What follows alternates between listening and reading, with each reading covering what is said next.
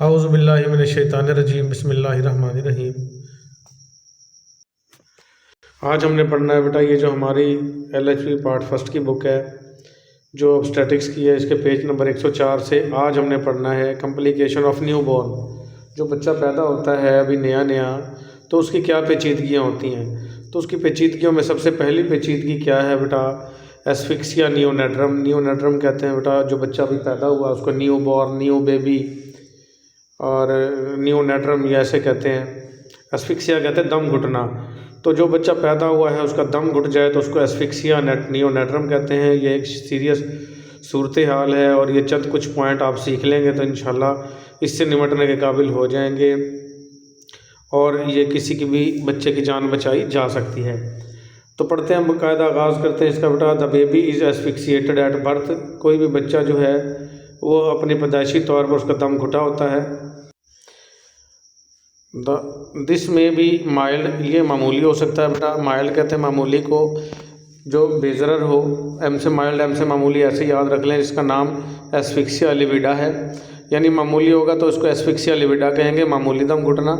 ये मरूजी बन सकती है। आर स्वेयर और शदीद हो सकता है। ये ऐसे स्वेयर, ऐसे शदीद, ऐसे याद कर लें बेटा। इसको हम कहेंगे एस्फिक्सिया पैलिडा। तो जो मामूली है एस्फिक्सिया लिविडा है, जो शदीद है वो एस्फिक्सिया पैलिडा है बेटा। ये सारे के सारे जो अल्फाज हैं ये यूनानी और लातीनी के हैं, तो ऐसे याद करने हैं। मरूजी पूछ सकता है, वाइवा में भी पूछ सकता है। तो काजज़ क्या है, वजूहात क्या हैं। Fetal distress result in asphyxia, बच्चा तंगी में होगा और दम घुटने की वजह से होगा एट बर्थ, पैदाइशी तौर पर। ये हम चैप्टर जो है refer chapter of neonatal distress, इसमें हम देखा है। प्री मेच्योरिटी, और बच्चा प्री मेच्योर होगा, यानी कि हो सकता है बच्चा अधूरा हो। प्री मेच्योर बेबी कहते हैं अधूरा बच्चा जिसके 9 मंथ पूरे नहीं हुए, 40 हफ्ते पूरे नहीं हुए और पहले ही डिलीवर हो गया है। इन स्मॉल बेबीज़, अगर बच्चे छोटे हैं। The lungs are not well developed, जो उसके फेफड़े हैं वो अच्छे से डेवलप नहीं हुए। ट्रॉमा टू द ब्रेन, और उसके सर में चोट लग गई है ड्यूरिंग बर्थ, पैदाइश के दौरान। डैमेज द रेस्पिरेटरी सेंटर, और दिमाग के अंदर सांस लेने का सेंटर दिमाग में मौजूद होता है बेटा। हम बॉडी के जो भी काम करते हैं ना उसका सेंटर दिमाग में मौजूद है, तो सांस लेने का सेंटर भी दिमाग में। और सर की चोट लग गई है पैदाइश के दौरान, कुछ औजारों वगैरह से डिलीवरी करते हैं, ऐसा हो जाता है। And prevent initial respiratory movements, जिससे वो जो इब्तदाई सांस लेने की हरकत हैं उनसे वो बच रहा है, क्योंकि उसका जो रेस्पिरेटरी सेंटर है वो डैमेज हो चुका है। तो ये क्या है, वजूहात है बेटा छोटी छोटी, कि बच्चा तंगी में था दम घुटने से, या अधूरा बच्चा था, या उसके सर में चोट लगी है तो उसका दम घुट रहा है, या blockage of air passage by blood, या उसके सांस का रास्ता रोक दिया है ब्लीडिंग ने। जो माँ को ब्लीडिंग हो रही थी वो बच्चे के सांस के रास्ते में चली गई है। म्यूकस, वो जो चिपचिपा मादा होता है जो बच्चादानी के बच्चे के गिर्द थैली में होता है, जिसका एमनियोटिक फ्लूइड कहते हैं, उसको म्यूकस भी कहते हैं बेटा, वो सांस के रास्ते में जाके बंद कर सकता है। एंड मेकोनियम, और जो बच्चा पहली पोटी करता है उसको मेकोनियम कहते हैं, वो भी उसके सांस के रास्ते में जा सकती है। ये वजूहात भी हो सकती है सांस बंद होने की। Prevents entry of air into the lungs, इससे जो फेफड़ों में एंट्री होती है हवा की वो रुक जाती है। Baby suffering from asphyxia are in state of shock, जो बच्चा दम घुटने वाली कंडीशन में होगा वो बेहोश होगा। देयरफॉर, यही वजह है, all handling and treatment must be gentle, तो तमाम जो भी उसको अपने बच्चे को हाथ लगाना है और जो इलाज करना है वो आपने बिल्कुल जेंटली करना है, यानी कि तहम्मुल के साथ। जेंटल कहते हैं तहम्मुल के साथ, जल्दी नहीं करनी, और कहीं जल्दी में बच्चे को आप मज़ीद मार ही ना बैठो। तो साइंस ऑफ एस्फिक्सिया, दम घुटने की क्या अलामात होंगी। माइल्ड एस्फिक्सिया में भी देखना और स्वेयर में भी। माइल्ड एस्फिक्सिया मामूली दम घुटना, स्वेयर जिसमें शदीद दम घुटता है। तो स्किन कलर, जल्द का रंग होगा। मामूली एस्फिक्सिया में साइनोज यानी नीलगू, साइनोज कहते हैं, उसके लिप्स, उसकी टंग, उसके नाखून वगैरह वो नीलगू हो रहे होंगे, नीले रंग के, उसको साइनोज कहेंगे। और अगर शदीद एस्फिक्सिया है तो वाइट या ग्रे हो रहे होंगे उसके हाथ वगैरह। कॉर्ड पल्सेशन, कॉर्ड कहते हैं अम्बिलिकल कॉर्ड, जो बेटा पेट के अंदर लगी होती है बच्चे के, जो माँ से बच्चे का रब्ता करवाती है, जिसको नाड़ भी कहते हैं एक्सोरकाद, उसके अंदर दिल की धड़कन महसूस होती है। तो अगर मामूली दम घुटा है तो वो स्ट्रॉन्ग होगी, और शदीद दम घुटा हुआ है तो वो पुअर होगी, इंतहाई वीक होगी, यानी कि पल्स महसूस नहीं होगी। अगर पल्स अच्छी महसूस हो रही है इसका मतलब मामूली मसला है, और अगर पल्स उसकी महसूस नहीं हो रही, पुअर है। पुअर वैसे गरीब को कहते हैं, लेकिन यहाँ कमज़ोर के मीनिंग में आएगी। तो वो ये है, तो इसका मतलब शदीद दम घुट गया उसका। मसल टोन, उसके जो मसल्स हैं, गोश्त वगैरह, पट्टे उसको कहते हैं, तो गुड होंगे, बेहतर होंगे मामूली एस्फिक्सिया में। और शदीद एस्फिक्सिया है तो पुअर होंगे, और बॉडी इज लिम्प, और बच्चे की जो जिस्म है वो लंगड़ा हो रहा होगा, लूला हो रहा होगा, यानी कि उसमें कोई ताकत ऐसे फील नहीं हो रही होगी। तो अगर ऐसी ये कंडीशंस आए तो शदीद एस्फिक्सिया बेटा, शदीद दम घुटा हुआ है, और ये अलामात आएँ तो मामूली दम घुटा हुआ है। लास्ट वाली है बेटा रेस्पिरेशन, सांस लेने की अलामत, ब्रीथिंग एट इंटरवल्स, वक्फे वक्फे से सांस ले रहा होगा मामूली एस्फिक्सिया में, और शदीद एस्फिक्सिया में ब्रीथिंग जो है वो एब्सेंट होगी, सांस ले ही नहीं रहा होगा। तो ये सारी की सारी बेटा 4 अलामात हैं, अच्छी सी याद रखनी है दोनों की। फिर resuscitation of the new born in asphyxia, अगर बच्चा जो नया पैदा हुआ है उसका दम घुट रहा है तो उसको रिससिटेट कैसे करना है, यानी बहाल कैसे करना है। रिससिटेशन का मतलब होता है बेटा उसको बचाना, उसको रेस्क्यू करना, ऐसे इकदाम करना जिससे उसकी जान बच जाए। तो वो क्या करने हैं, send for medical aid immediately, फ़ौरन डॉक्टर को बुलाएं। कीप द बेबी वार्म, बच्चे को गर्म रखें।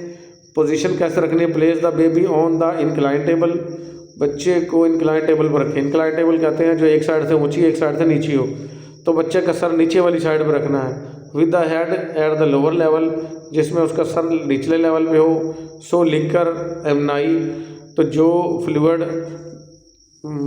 पैदाइश के दौरान उसके मुंह में गया है, में ड्रेन, वो निकल सके, खाली हो सके फ्राम द एयर पैसेज, उसके सांस के रास्ते से।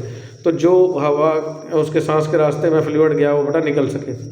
क्लियरिंग द एयरवे को साफ़ करना है। Mucus catheter is use to remove meconium, एक म्यूकस कैथीटर होता है, एक नाली होती है बेटा, ये म्यूकस निकालने वाली, जो हम मेडिकल में काम करते रहे हैं इसको सक्शन की नाली भी कहते हैं, चूसने वाली। ये डाल के उसके अंदर से अगर मेकोनियम गया है, पहली पोटी उसके मुंह में चली गई तो वो निकालनी है। ब्लड गया है तो ब्लड निकालना है। एंड म्यूकस या चिपचिपा मादा गया तो वो निकालना है। बाई शॉर्ट शार्प शख्स, छोटे छोटे और तेज़ शक से, शक कहते हैं बेटा चूसना। ये एक नाली होती है, एक मशीन होती है जिसको सक्शन यूनिट कहते हैं। वो नाली मुंह में डाल के जो भी चीज़ मुंह के अंदर हो, जो सांस के अंदर रुकावट पड़ रही है बच्चे की, वो निकालते हैं और बच्चा सांस लेने लगता है। इन हॉस्पिटल, अस्पतालों में द मैकेनिकल शक्कर में भी अवेलेबल, बिजली से चलने वाले जो शक्कर हैं वो मौजूद होते हैं फॉर दिस पर्पस, इस मकसद के लिए। Stimulation of the baby to start breathing, बच्चे को कुछ ऐसा करें कि वो सांस लेना शुरू कर दें। बाई स्लैपिंग द बैक, उसकी कमर के ऊपर थपथपाएँ, स्लैपिंग कहते हैं चपेड़े मारना, हल्का हल्का थपथपाना, उसकी कमर को थपथपाएँ ताकि उसकी जो सांस लेने की जो सलाहियत है वो बहाल हो सके। और इमर्शन बाथ या इमर्शन बाथ दे, लेकिन इमर्शन बाथ होता है बेटा किसी टब वगैरह में नहलाना, ये पहले करते होते थे अब नहीं करते। टब में डाल के बच्चे का मुंह बाहर रखते हैं और उसको नहलाना शुरू कर देते हैं गर्म पानी में, तो ऐसा नहीं करना, इससे एग्रीवेट शॉक यानी कि बेहोशी में इजाफा होगा। एग्रीवेट का मतलब ज़्यादा हो जाना। And is no longer practice, और अब इसको प्रैक्टिस नहीं किया जाता, यानी इमर्शन बाथ नहीं देते, टब में डाल के बच्चे को नहलाना। दिखाता हूँ आपको, इस तरीके से बेटा पहले नहलाते थे बच्चे को। अगर बच्चा ठीक है तो नहला भी सकते हैं, लेकिन अगर उस बच्चे का पहले ही दम घुटा हुआ है तो ये वाला काम नहीं करना आपने। ड्रग्स टू स्टिमुलेट रेस्पिरेशन, वो अद्वियात जो सांस की बहाली में तेज़ी लाती हैं, have not proved of value in the asphyxia, दम घुटने में ऐसी अद्वियात की कोई वैल्यू नहीं है, उनका देने का फ़ायदा ही नहीं है। If the mother has been given morphia और पैथाइडीन, अगर माँ को मॉर्फिया या पैथाइडीन दिया था, ये वो इंजेक्शन है जो सेडेटिव है, यानी स्कून आवर है, with in 3 hours of the birth, पैदाइश से 3 घंटे पहले। इट इज़ एंटीडोट नेलोरफाइन, इसका एंटीडोट है, इसके असर को ख़त्म करने वाला नेलोरफाइन है, जिसको लेथोट्रोन भी कहते हैं। 0.25 मिलीग्राम इस डिल्यूटेड विद डिस्टिल्ड वाटर, इसको खालिश पानी से पतला कर लेंगे। And injected into the umbilical when, और बच्चे के अम्बिलिकल वेन में डाल देंगे, इंजेक्शन लगा देंगे अम्बिलिकल वेन में। दिखाता हूँ, ये बेटा इंजेक्शन लगाने से जो माँ को बेहोशी दी थी, हो सकता है बच्चा भी इस वजह से बेहोश और सांस ना ले रहा हो, तो ये इंजेक्शन लगाने से इसका एंटीडोट है, और इसके जो नशा था माँ को दिया था वो अगर बच्चे में गया हुआ है तो वो बेहतर हो जाएगा और बच्चा सांस लेने लगेगा। तो अम्बिलिकल वेन दिखाता हूँ आपको, ये बेटा अम्बिलिकल कॉर्ड है बच्चे की, ये देखें जहाँ पे ब्लू निशान है ये वेन है, और ये दो हैं आर्टरी हैं, ये होती हैं। इसमें जब काटने से पहले इसमें दिल की धड़कन चेक करते हैं, अगर आ रही हो इन आर्टरीज में फुदक रही हो तो इसको काटते नहीं हैं। ये देखें बेटा, ये जो ब्लू वाली है ये अम्बिलिकल वेन है और ये जो दो रेड वाली हैं ये अम्बिलिकल आर्टरीज हैं। तो इस वेन में ब्लू वाली में इंजेक्शन लगा सकते हैं बच्चे को, अगर कोई इंजेक्शन देना हो तो सीधा बच्चे के सर्कुलेशन में ही जाएगा वो। तो ये इंजेक्शन बच्चे की अम्बिलिकल कॉर्ड में दे देंगे, कौन सा, नेलॉर्फिन या लिथोट्रोन 0.25 मिलीग्राम पतला करके, ताकि बच्चा जो है अगर उसको नींद है या बेहोशी है तो वो दूर हो जाए। एडमिनिस्ट्रेशन ऑफ ऑक्सीजन, ऑक्सीजन लगाएंगे। One of the following method is employed, इन सारे तरीक़ों में से किसी एक तरीके से बच्चे को ऑक्सीजन लगाएंगे। Oxygen is administered by nasal catheter, oxygen जो है वो नाक वाले कैथीटर के ज़रिए लगाई जा सकती है और 1 लीटर पर मिनट लगाएंगे। ये मैं दिखाता हूँ आपको। ये देखें बेटा, ये नेजल कैथीटर होता है, ये थोड़ा बड़ा करके दिखा दूँ। ये देखें, इसकी ये 2 नालियाँ होती हैं, नाक में चली जाती हैं, और ये जो है रबड़ कीफ है या फेस मास्क जिसको कहते हैं, ये वाली ऐसे, इनसे भी ऑक्सीजन लगाई जा सकती है। ये देखें, और ये ऑक्सीजन वाली उसमें भी बंद किया जा सकता है बच्चे को, यहाँ से ऑक्सीजन आ रही हो। और ये फ्लो है बेटा, 0, 1, 2, 3 इस पर नंबर लगे होते हैं। ये लोअर फ्लो है और ये हाई फ्लो है। इसके ऊपर 1 लीटर पर मिनट देनी है ऑक्सीजन। तो फिर आ जाएगा सॉफ्ट रबड़ फनल, एक कीफ सी बनी होती है रबड़ की जिसको फेस मास्क भी कहते हैं, इसी तरह की होती है। Is applied to the nose, ये नाक के ऊपर लगाएंगे, एंड माउथ और मुंह के ऊपर ऑफ द बेबी बच्चे की। And oxygen is given to 2 litre per minute, और ऑक्सीजन देंगे 2 लीटर पर मिनट। बेटा नेजल वाले से 1 लीटर देनी है, और अगर ये रबड़ फनल लगाई है तो 2 लीटर पर मिनट देनी है।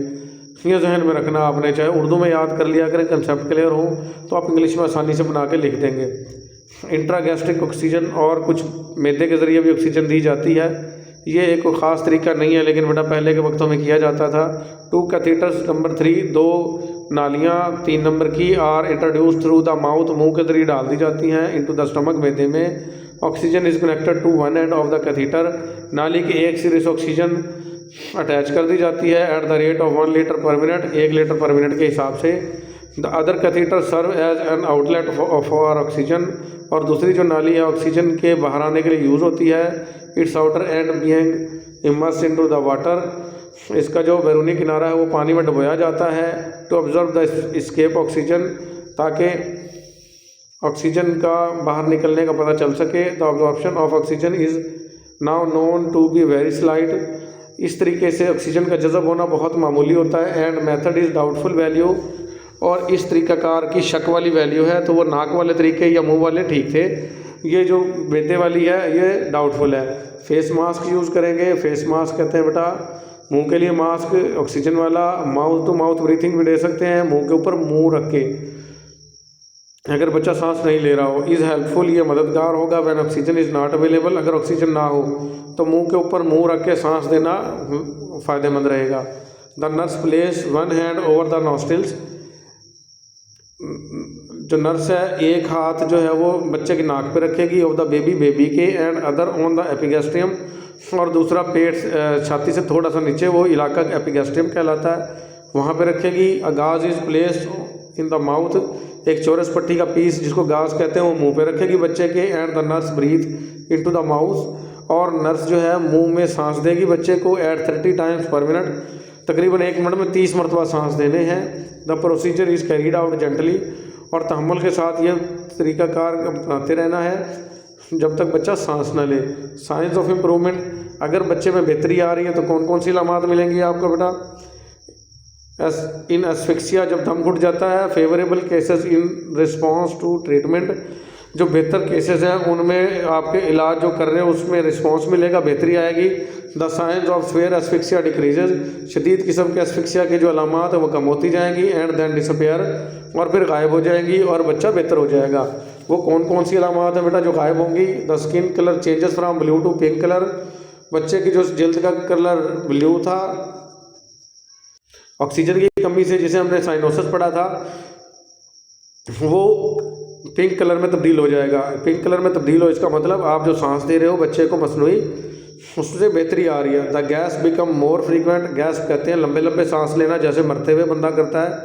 वो जो गैस में है वो बेहतर हो जाएंगे। And interval between them decreases, और इनके अंदर वक्फा कम हो जाएगा। गैस्पिंग कहते हैं मरता हुआ जो बंदा सांस लेता है, लेकिन ये बेहतर होती चली जाएंगी। जैसे नॉर्मल बच्चा सांस लेने लगता है वैसे हो जाएंगे gas. Respiration is more regular, उसके सांस की रफ्तार रेगुलर हो जाएगी, रैपिड तेज़ हो जाएगी हड्डी पर, और वो गहरे सांस लेने लगेगा। अगर ये ऐसी कंडीशन आ रही है तो इसका मतलब बेटा आपकी मेहनत रंग ला रही है और बच्चे में बेहतरी आ रही है। The heart beat is more forceful, और उसके दिल की धड़कन ज़्यादा ताकतवर होगी। मसल टोन इज़ इम्प्रूव्ड, उसकी जो मसल्स टोन है वो बेहतर हो जाएगी।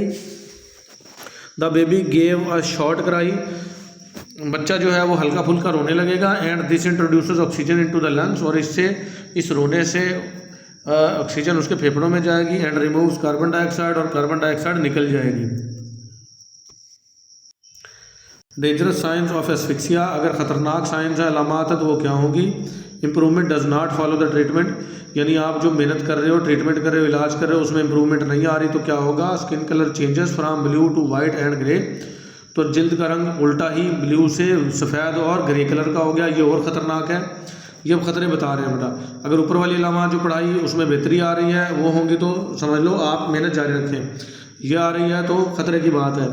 रेस्पिरेशन रेट इज़ लोअर्ड, और जो पहले बच्चा सांस ले रहा था वो भी लो हो गई है। Gasps occur longer intervals than the 30 second, और गैस्पिंग जो है यानी जो बड़े बड़े सांस लेता है जैसे मरता हुआ बंदा लेता है, उनका वक्फा 30 सेकंड तक पहुंच जाएगा। एंड ब्रीथिंग इज शैलो, और उसके सांस की रफ्तार जो है वो शैलो होगी, यानी खोखली हल्की होगी, गहरी डीप ब्रीथिंग नहीं होगी। If respiration does not changes the normal, अगर उसकी सांस की रफ्तार नॉर्मल ना हो इन 10 मिनट्स 10 मिनट में, the prognosis of the baby is poor, तो बच्चे की जो हालत है वो ख़राब है। पुअर का मतलब यहाँ ख़राब में आएगा बेटा।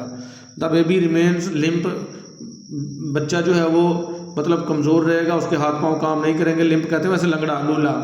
And muscle tone is poor, और उसके मसल्स भी जो हैं, उसके गोश्त पट्टे जो है वो भी बेहतर काम नहीं कर रहे होंगे, वो कमज़ोर होंगे। यहाँ पुअर कमज़ोर के मीनिंग में आ रहा है बेटा। इन दीज सर्कमस्टेंसेस, ऐसी सूरत हाल में ब्रीथिंग इज़ फाइनली अरेस्टेड, सांस रुक जाता है। एंड नियोनेटल डेथ अक्कर, और बच्चे की मौत वाक़ई हो जाती है। आफ्टर केयर इन एस्फिक्सिया नियोनेट्रम, और अगर आपने बच्चे की ट्रीटमेंट कर ली दम घुटने की, तो उसके बाद अगर बच्चा रिकवर हो गया तो कौन सी ट्रीटमेंट देनी है? रेस्ट करना है बच्चे को। The baby should be keeping in cot, बच्चे को कॉट में रखना। कॉट कहते हैं बेटा वो झूला जिसमें बच्चा होता है, ये छोटा सा एक बिस्तर भी होता है अस्पतालों में, वो झूला टाइप भी होता है, तो उसी में रखना है। And handle is little as possible, और उसको हाथ में उठाना बहुत कम कर दें जितना मुमकिन हो सके। फॉर 48 आवर्स, तकरीबन 48 घंटों तक।